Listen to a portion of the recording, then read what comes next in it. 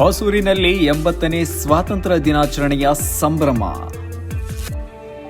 ಶಿಗ್ಗಾಂವ ತಾಲೂಕು ಹೊಸೂರು ಗ್ರಾಮದ ಸರ್ಕಾರಿ ಹಿರಿಯ ಪ್ರಾಥಮಿಕ ಶಾಲೆಯಲ್ಲಿ 80ನೇ ಸ್ವಾತಂತ್ರ್ಯ ದಿನಾಚರಣೆಯನ್ನ ಅತ್ಯಂತ ವಿಜೃಂಭಣೆಯಿಂದ ಆಚರಿಸಲಾಯಿತು. ಕಾರ್ಯಕ್ರಮದ ಅಂಗವಾಗಿ ಎಸ್ಡಿಎಂಸಿ ಅಧ್ಯಕ್ಷರಾದ ಶ್ರೀ ಶೇಖಪ್ಪ ಡಿ ಮಾದರ್ ಅವರು ಧ್ವಜಾರೋಹಣ ನೆರವೇರಿಸಿ ರಾಷ್ಟ್ರ ಧ್ವಜಕ್ಕೆ ಗೌರವ ಸಲ್ಲಿಸಿದರು.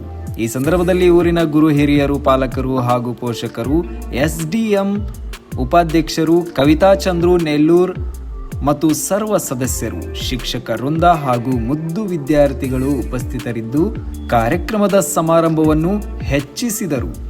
ವಿದ್ಯಾರ್ಥಿಗಳ ದೇಶಭಕ್ತಿ ಗೀತೆ, ಭಾಷಣಗಳು ಹಾಗೂ ವಿವಿಧ ಸಾಂಸ್ಕೃತಿಕ ಕಾರ್ಯಕ್ರಮಗಳೊಂದಿಗೆ ಸ್ವಾತಂತ್ರ್ಯ ದಿನಾಚರಣೆಯನ್ನ ಅರ್ಥಪೂರ್ಣವಾಗಿ ಆಚರಿಸಲಾಯಿತು.